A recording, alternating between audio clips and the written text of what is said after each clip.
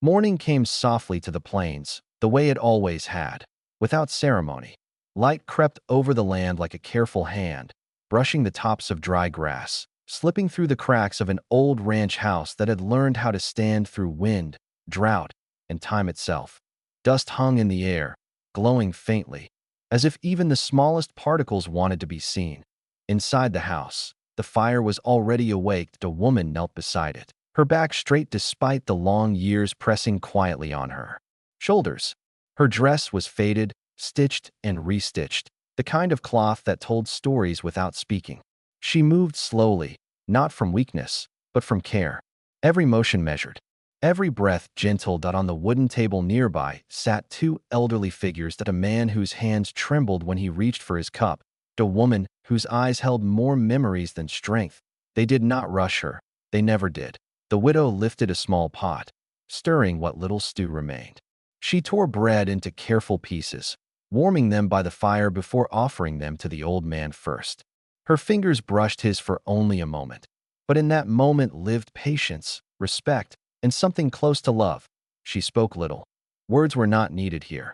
Outside, a horse slowed to a stop. The rancher had returned earlier than planned. He stood still, boots dusted from the road, hat low over his eyes. From the doorway, he watched without meaning to.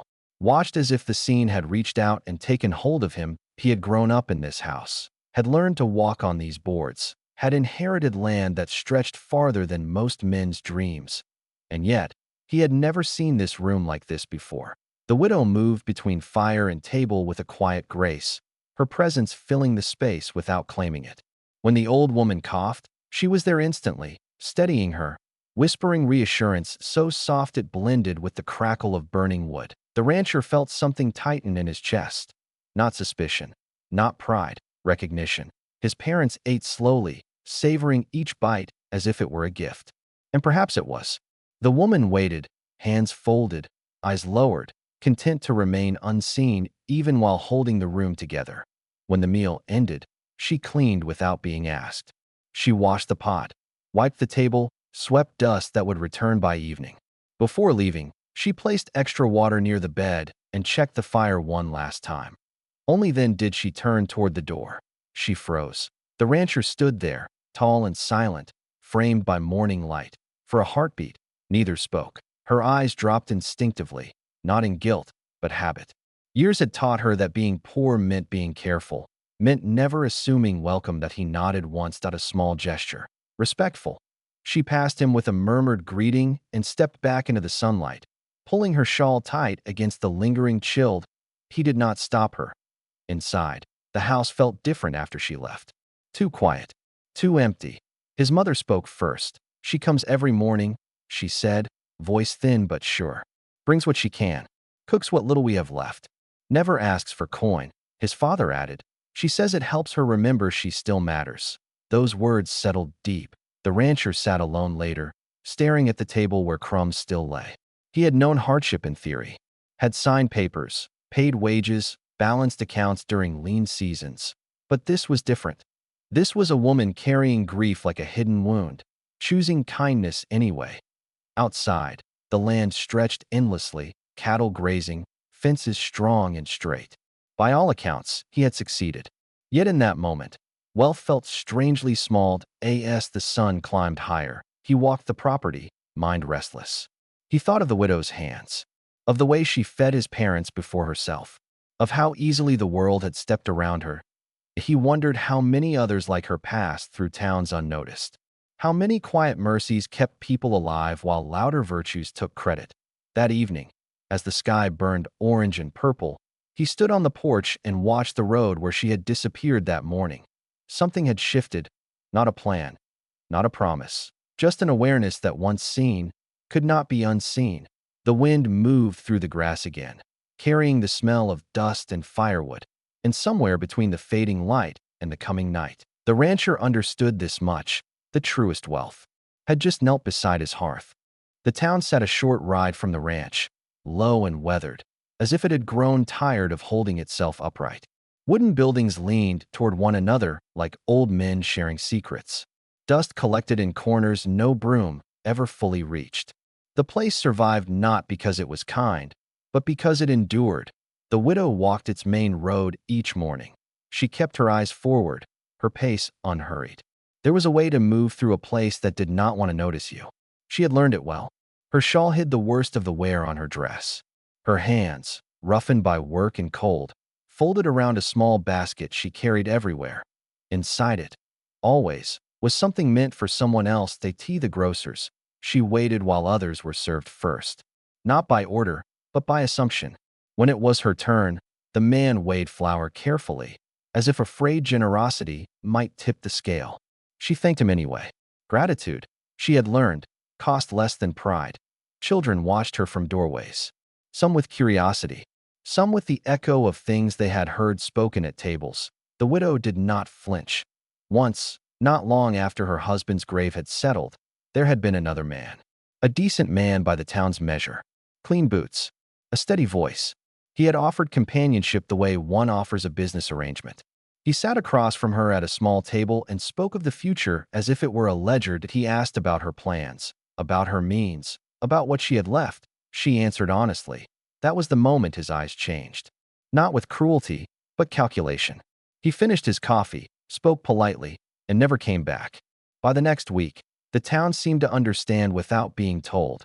Loneliness, she learned, did not always arrive loudly. Sometimes it slipped in wearing courtesy. Now, as she passed the church, she paused. Not to enter, but to leave bread near the steps, where an old man often slept between sermons. She did not stay to be thanked. Kindness, to her, was not a performance. From across the street, the rancher watched. He had begun riding into town more often, though he told himself it was for supplies. He noticed things now. How people spoke to her without meeting her eyes.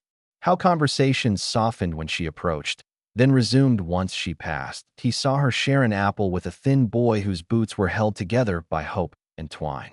He saw her give away the last of her coins for medicine she would never use herself. That it unsettled him, not because he felt pity, but because he felt recognition again. That he did not approach her. Not yet. Instead, he did small things. Things that could not be traced. That a sack of flour left where she always rested her basket. A broken fence near her home mended overnight. A wandering mule guided back into her yard before dawn. She noticed. Of course she did. First, suspicion followed gratitude. Nothing in her life had ever arrived freely without asking something in return. She waited for the cost. It never came. The town noticed too. Whispers shifted shape. Some softened. Some sharpened. Why would a widow receive such luck? Why now? One afternoon, rain threatened but never fell. The sky hung heavy, pressing down on the streets. The widow stood outside the general store longer than usual, staring at the horizon as if listening for something. The rancher stopped his horse nearby. Their eyes met briefly. This time, neither looked away. There was no rush in that moment. No spark meant to dazzle. Only a steady, shared stillness. Two people shaped by loss in different forms. Recognizing the weight in each other, he tipped his hat. She inclined her head. That was all. And yet, it was enough to shift the AIR.AS. The days passed. The widow walked a little straighter. Not because her circumstances had changed, but because something unseen had steadied her. She still fed the elderly, still gave more than she kept. But now, when she did, there was less fear that the ground might fall away beneath her feet. The rancher, in turn, found himself quieter, less restless. He listened more. He thought of his parents and the woman who had cared for them when he could not. He wondered how many people the town had allowed itself to overlook simply because it was easier than noticing. One evening, the first man saw her again. She stood near the well, hair caught by the wind, laughter soft as she spoke to a child. There was strength in her now. Not wealth, not power, but something deeper, something earned. Regret crossed his face like a passing cloud. That he said nothing. The town continued as it always had. Dust rising, doors opening and closing. But beneath the familiar rhythm, something had begun to change. Not loudly, not quickly, just enough to matter. As night settled, the widow walked home beneath a sky full of stars, her basket lighter than usual. She paused once, looking back toward the ranch road in the distance, its line barely visible. She did not know what lay ahead, but for the first time in a long while, she did not feel alone walking toward it. The storm arrived without warning. the way truths often do. Clouds gathered low and heavy, swallowing the sky until the world seemed smaller, closer, held in by darkened edges. Wind moved across the plains in long, restless breaths, bending grass and rattling loose boards. The widow felt it before she saw it. A pressure in the air. A reminder that some things could no longer be delayed. She had just finished tending the rancher's parents when the first thunder rolled, distant but certain. Rain followed soon after, sharp and sudden, turning dust to mud and paths to rivers. The door shook as wind pushed against it. She hesitated, shawl in hand, measuring the distance to her small home against the gathering fury of the sky. The rancher noticed. "Stay," he said quietly. The word was not command. It was concern. She nodded. The house felt different with the storm pressing close. Firelight flickered, throwing shadows that moved like memories along the walls. The elderly parents slept in the back room, their breathing slow and even, untouched by the chaos outside. They sat at the table across from one another, hands wrapped around cups that steamed gently in the cooler air. For a time, neither spoke. Rain drummed steadily on the roof, patient and unyielding. When she finally spoke, her voice was calm, as if she were sharing something already long accepted. She spoke of her husband, of how sickness had arrived quietly, stealing strength day by day until love became caretaking and then absence. She spoke of hunger not as tragedy, but as a companion she had learned to live with, of nights when sleep came only because exhaustion demanded it. The rancher listened without interruption. When he spoke, it was not to fix what could not be fixed. He spoke of responsibility, of land inherited before he understood its weight, of loneliness that came not from lack of people, but from being needed by too many for the wrong reasons, of nights spent wondering if providing was the same as belonging. Their words settled between them, heavy but shared. The storm passed slowly. Rain softened. Thunder retreated like something that had said all it needed to say. When silence returned, it felt different now. Not empty. Full. He stood and moved toward the window, looking out at the soaked land. Everything smelled clean again. "New. There is work here," he said at last. "If you want it." She looked up, startled.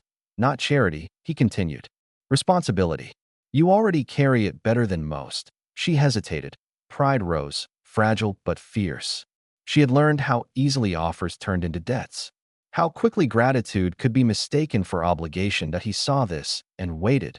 Finally, she nodded. Slowly, carefully. "Yes," she said. The change did not come all at once. First, she managed the household, then the supplies, then the accounts for his parents' care. He trusted her with keys, with decisions, with time.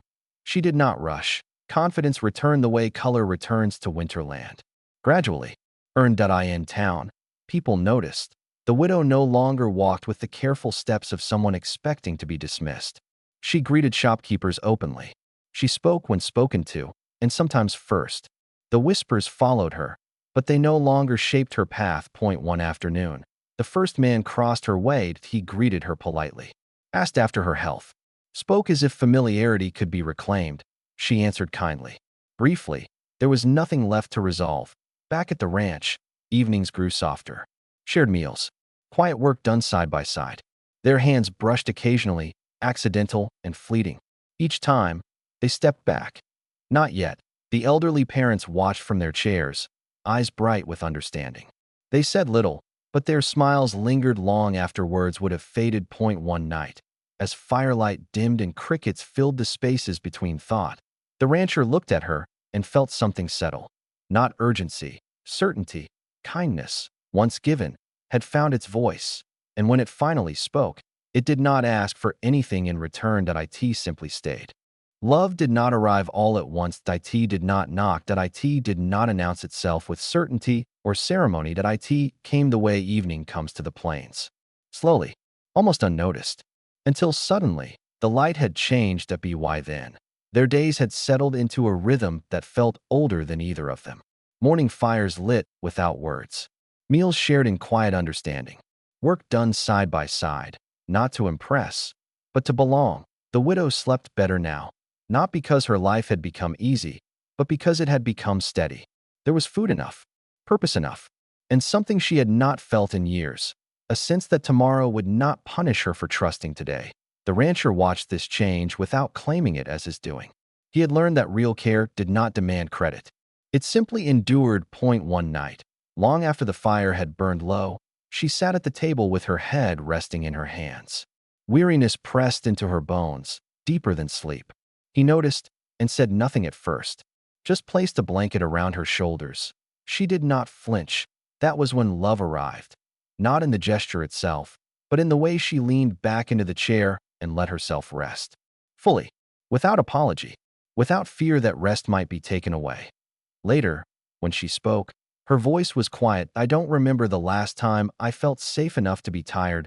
He understood the weight of that sentence and answered it carefully. You are safe here. Those words stayed. They did not rush toward anything after that. No promises spoken aloud. No questions asked too soon. Love, they seemed to understand, was not something to chase. It was something to tend. The elderly parents faded gently, as people do when they have been cared for well. There was no panic in their leaving, only gratitude. The widow held their hands near the end, the same hands she had fed, washed, warmed. They passed knowing kindness had surrounded them. Grief returned, but it was different now. Shared grief, the kind that does not hollow you out, but settles beside you, reminding you that love had been real. Months later, on a morning that felt no different from any other, the rancher asked her to walk with him beyond the fence line. The grass was green from late rains. The air smelled clean. That he spoke simply. He said life had taught him many things, but never how to ask gently for what he wanted. He said he wanted a home not just filled, but shared. He said he would never ask her to be grateful for what should be given freely. She listened, eyes steady, heart open. Her answer was just as quiet. Yes, they married without spectacle. No town celebration, no grand gathering. Just a few witnesses, a small meal, and vows spoken as promises rather than performances. She was no longer called the widowed. He was no longer called alone. The ranch changed in ways no ledger could record. People spoke of it as a place where work was fair and patience rewarded, where second chances were given without explanation, where no one was shamed for arriving with empty hands. Years passed, children's laughter replaced the creak of old boards. The fire burned brighter. Bread was broken not from scarcity, but from abundance. Sometimes, in the evenings, the woman would stand on the porch and watch the land stretch into the distance. The same dust, the same sky, and yet, nothing felt the same. She had not been saved, she had been seen, and that, she knew now, was what changed everything. Before the story ends, the voice turns gently toward you. Somewhere, someone near you is carrying more than they should alone. Someone quiet, someone patient, someone easy to overlook. Kindness, when noticed, becomes a force strong enough to rewrite lives. If this story stayed with you, let it travel further. Like the video so others may find it. Share your thoughts in the comments. Tell us, from where in the world are you watching today? The fire is still warm. There is room for you here.